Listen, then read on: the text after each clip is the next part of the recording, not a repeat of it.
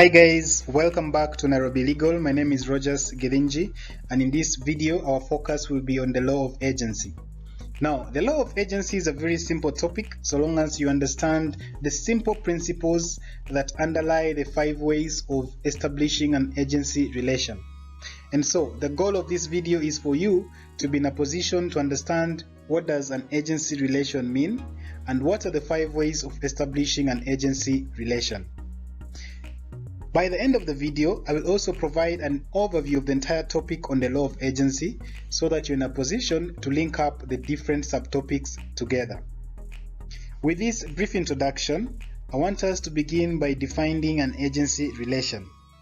Now, as far as this relationship is concerned, one person called the principal gives authority to another called the agent to act on his behalf, and this creates a contractual relationship to a third party.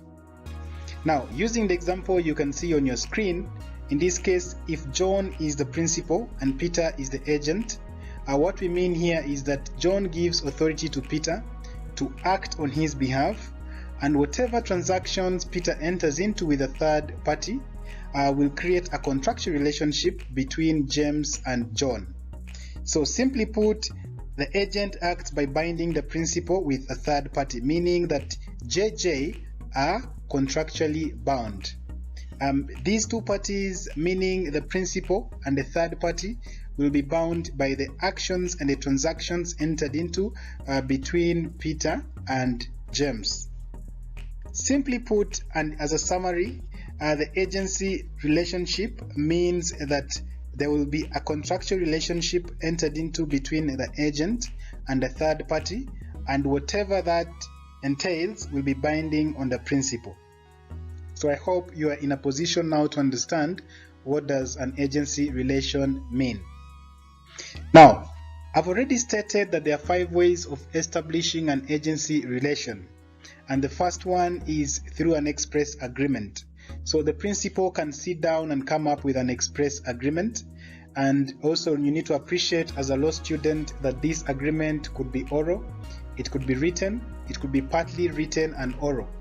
So what we mean here is that when it comes to writing, the agent, or rather the principal, will give authority through a written document to the agent, stipulating that the agent will act on his behalf. Now, we have something called the power of attorney, and this is simply a document in writing that is made by the principal, giving authority to the agent to act for him on behalf, or rather to act on his behalf in a number of transactions. As a law student, you also need to appreciate that as far as power of attorney is concerned, we have the general power of attorney and we have a special power of attorney. Now, up to this point again, you might wonder, what does a general power of attorney mean? A general power of attorney means that the agent has no specific mandate, meaning that the agent can act in a number of different transactions on behalf of the principal. But when it comes to a special power of attorney, in this case, the principal specifically gives the agent certain things to be done, meaning that should the agent do anything outside that specific mandate, then that agent is acting in his own personal capacity. So I hope you've understood what we mean by creating an agency through an express manner. Express here, what we mean is that a contract will be written, or a contract, or rather an agreement, will be entered into in an oral manner, or a written and oral manner at the same time. Now, moving on to the next way of establishing an agency relationship. This is the implied way of establishing an agency relationship, and what we mean here is that an agency could be created by conduct, by implication, or estoppel. These words mean the same thing. So, just like the word conduct suggests, if the principal holds out a person as his or her agent, then that principal will be bound by the actions and the transactions that agent enters into. So an example here would be that if John allows people to perceive Peter as his agent, then John will be contractually bound. This is in relation to the first example we used as we defined the agency relation. And so if you allow one of your workers or one of your employees to buy goods on your behalf, and the third party come to believe that actually this person acts on your behalf, what we mean here is that you'll be bound by the actions of that person, because you've held out that person to the third parties to come to believe that this person acts on your behalf. So this is what we mean by creating an agency through implication or conduct or estoppel. Now, with that overview of creating an agency by implication, we have another way of creating an agency relationship, and this used to happen at common law. Now, a long time ago, during the times of common law, men used to travel a lot. Maybe a man has gone on a journey for 30 days and the wife runs out of food. So what used to happen is that the woman would go to the shop and ask for foodstuffs, and this is what we call necessaries, meaning that things that you need to survive, things that you can't live without. Of course, you can't live without food. So the wife would go get food using the husband's name, and when the man returned, the man had an obligation to pay that bill. So remember, this applied to only necessaries. And the case in question here is the Nanyuki General Stores, but however, this was an exception to that rule because the husband had expressly forbidden the wife from using his name to get commodities using his name from any kind of shop. And so I hope you've understood that we started from the fact that you can establish an agency through an express agreement, through conduct, and now through cohabitation. Before we move into the next key important part of this video, consider subscribing so that you receive notifications every time I post a video on commercial law in Kenya. The fourth way of establishing an agency relation is through necessity. Please pay close attention to this specific slide because it is so common in tests and exams. And so a commercial agency of necessity can be established where the agent is in a situation of an emergency and acts with the aim of protecting the goods of the principal from being destroyed. So here the person is acting out of necessity. Maybe they've been transporting your cabbages for over 1,000 kilometers, the car is broken down and they're unable to reach out to you. And so because they don't want the cabbages to get spoiled, they go ahead to sell these cabbages so that you do not suffer a loss as the principal. And remember, they're going to sell these cabbages without your express authority as the principal. So what comes in picture is a commercial agency of necessity. Also, the point of emphasis for this commercial agency of necessity is that there must be an emergency in the picture. Now, as you can see, I've given you another illustration that you can read so that you understand what does a commercial agency of necessity entail. Now, in this case, if the cabbages have been sold, then that agent has a duty to actually give the profits to the principal, even though there was no express authority from the principal to the agent to go ahead and sell those cabbages. Remember here the main point of emphasis is that the agent is acting to avert the loss, and so they have to remit the profits to the principal. And the other thing is that for this sort of an agency relation to arise, there has to be an emergency situation that prevents delivery of goods. Pay close attention to this way of establishing an agency relation. There has to be an emergency that makes it impossible for the agent to either communicate with the principal, and also they may be acting as a result of trying to protect the principal's goods from getting destroyed. And so this is still an emphasis that for a commercial agency of necessity to arise, there has to be a situation of an emergency aimed at averting a loss. And remember that whatever money that the agent makes in this situation, that money has to be given to the principal. And so with that, again, Explanation as far as agency of necessity is concerned. The other key way of establishing an agency relationship is through ratification. You can also pay close attention to this. And for ratification to arise, the principle must be in existence and the transaction must be lawful. Now, you might wonder, what does it mean for an agency by ratification to arise? Using an example here, if Bahati has undertaken some transactions without the principal's instructions, in this case the principal is Donald, and Donald goes ahead to adopt these transactions, an agency by ratification arises. You see, Bahati acted without the express authority of the principal, but eventually the principal has adopted these transactions.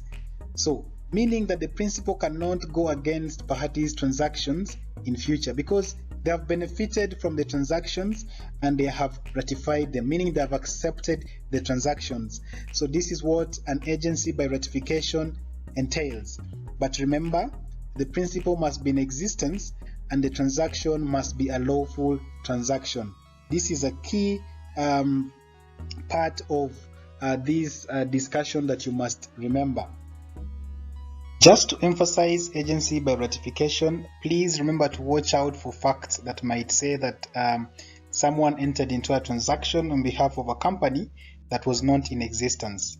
Remember, the conditions we've put for agency by ratification are that the principal must be in existence and the transaction must be a lawful transaction.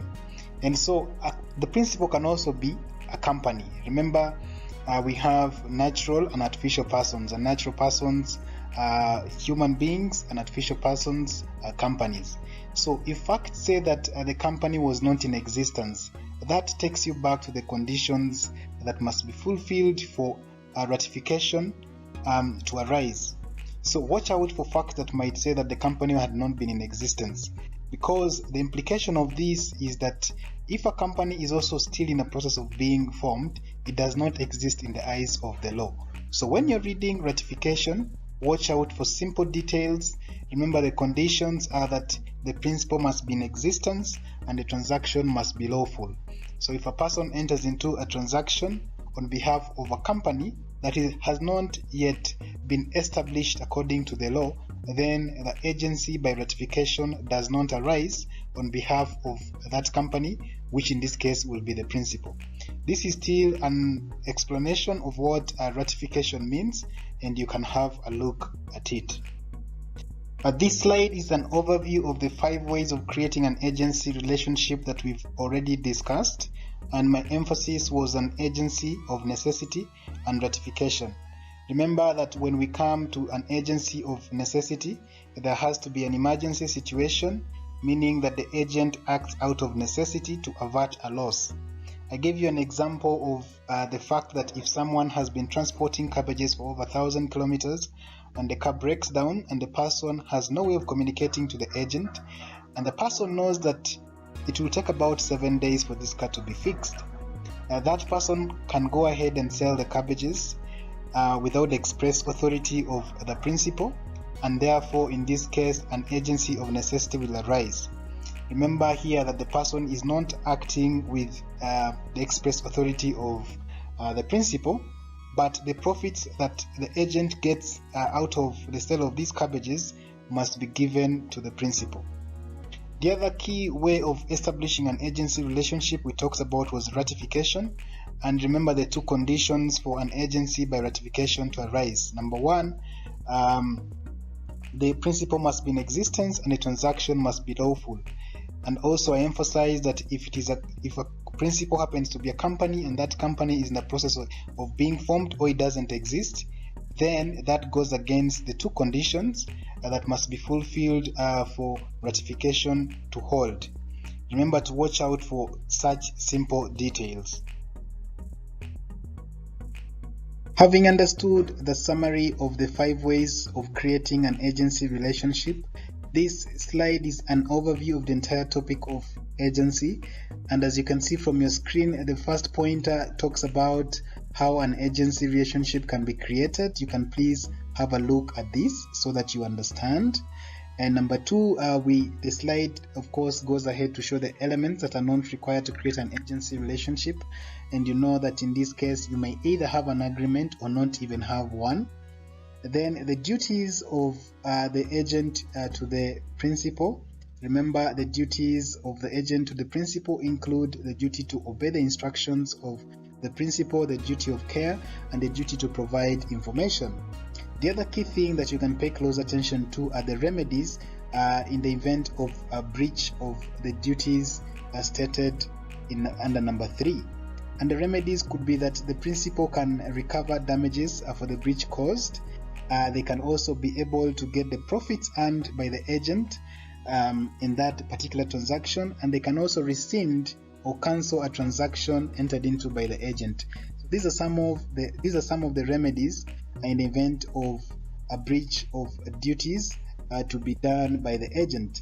Now, lastly, again, you can go through point number 5, which are the duties of the principal to the agent, and then how the agent relationship can be terminated. So this is a key slide that you can read through for yourself to get an overview of the entire agency relationship. Remember, we started by defining the agency relationship. We talked about the 5 ways of establishing an agency relationship, and I put emphasis on agency arising out of necessity and ratification.